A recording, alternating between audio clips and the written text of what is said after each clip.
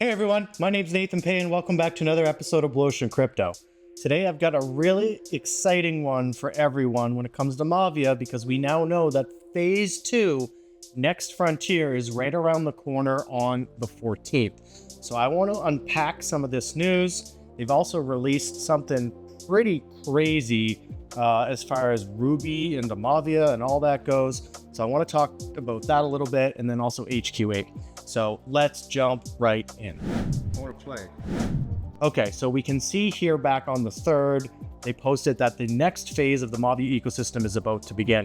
Now this is interesting because I didn't know there was phases. I don't think any of us did. I think this is really clever how they're approaching this, not just from a marketing perspective, but also from the game, right? Like we've all been grinding our butts off at this point. We're all max HQ7. Well, not all, but lots of people.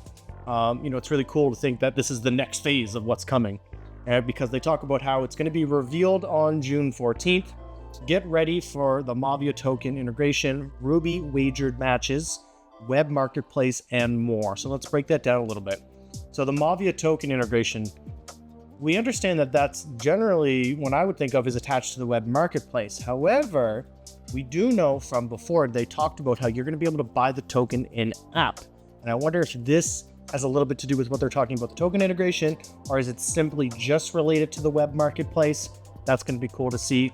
Ruby Wagered Matches, I can't wait for this. Really going to be interesting to see how exactly they implement it. Is it just going to be my base versus your base? Are we going to be trying to collectively destroy a different base? I'm not sure how that's going to look, but I'm very excited for it because this is really going to kick off streaming a lot because now there's going to be high intensity matches because there's going to be Ruby on the line. And with what I'm about to cover here in a moment, the Ruby means Mavia, means money's on the line. This is exactly what we wanted. Essentially sports betting, wagered matches, it's coming.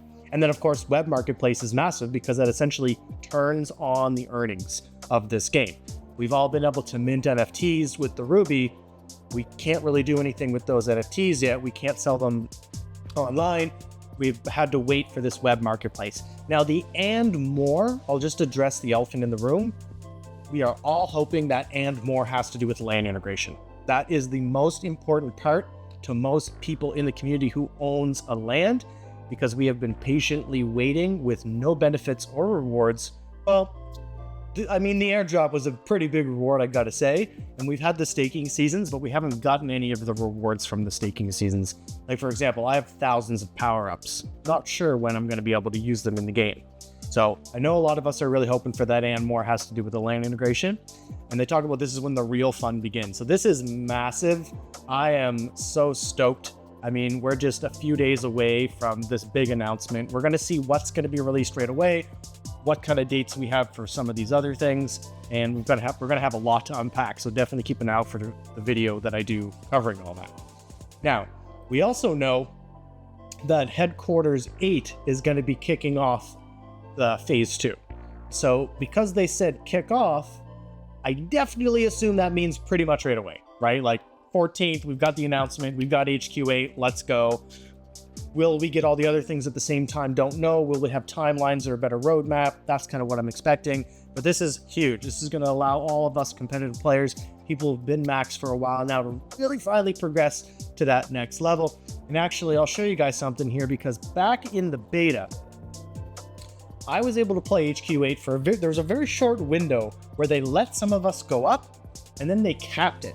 And basically only the people that actually went up were able to play HQ8 for a little bit of period during the beta.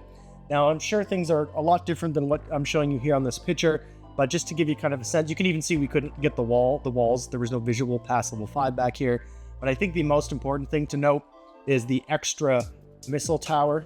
Okay, so most notable, we've got 1, 2, 3 missile towers. There's also 4 sniper towers, and there's 4 anti-airs. Now, is this going to be the case once we actually get HQ8? I don't know, but this is definitely something that I expect for us to see these additional structures. We also see Mira here at 37. She was able to go up to 45. That might be more than they're really going to give us.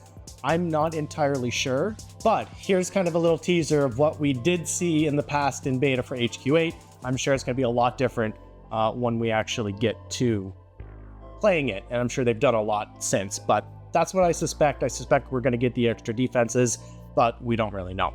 Now, something else that they just dropped, which was a huge bomb. I had no idea this was coming. Didn't expect it at all. They're talking about how there's exciting news for our players in Mavia. Mavia is proud to officially announce that Phase 2 Next Frontier will include the ability to convert Ruby to Mavia and Mavia to Ruby. Wait, they told us we couldn't do this before. They told us we had to take the Ruby, make it into NFTs. The NFTs we could sell for Mavia because of compliance things. That means some things have changed here. This is why I was so not expecting this, because this is different from the Ruby mass ownership model a little bit, but how exactly this works, we don't have the full details on, other than it sounds like we're just going to be able to take Ruby to Mavia, Mavia to Ruby. Seems pretty straightforward when we look at this. They say that our Ruby model allows for earnings inside of Heroes of Mavia in a sustainable way that grows the game and Mavia ecosystem together, without the hyperinflation and negative effects seen in many other play-to-earn games. A full breakdown of the model will be shown on the 14th with the full reveal of Mavia Phase 2 Next Frontier. Wow, this is definitely the one thing that I had no expectation for, didn't see coming, and am super stoked on, because this changes everything. Actually, I'll show you guys here. If you take a look in-game, you can see because of this news, people are trying to dump their NFTs right now. They want Ruby bad. So they're selling things at a discount. Most things are actually down 20, 30, 40%. Mirror is actually only down 11%. Everyone wants the Ruby. They're not sure. Well, wait, the web marketplace means I can sell the NFTs, but maybe the Ruby's going to be better for the Mavia. We just don't know. So there's a lot of speculation going on right now. It's kind of exciting to see.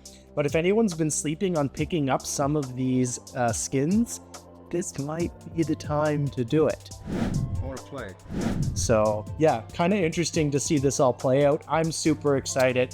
Definitely curious to hear you guys' thoughts. Definitely leave some comments down below. And as always, thanks so much for being subscribed to the channel. It really helps out. We're your go-to source for everything when it comes to Heroes of Mavia. And smash that like button. We'll see y'all in the next video.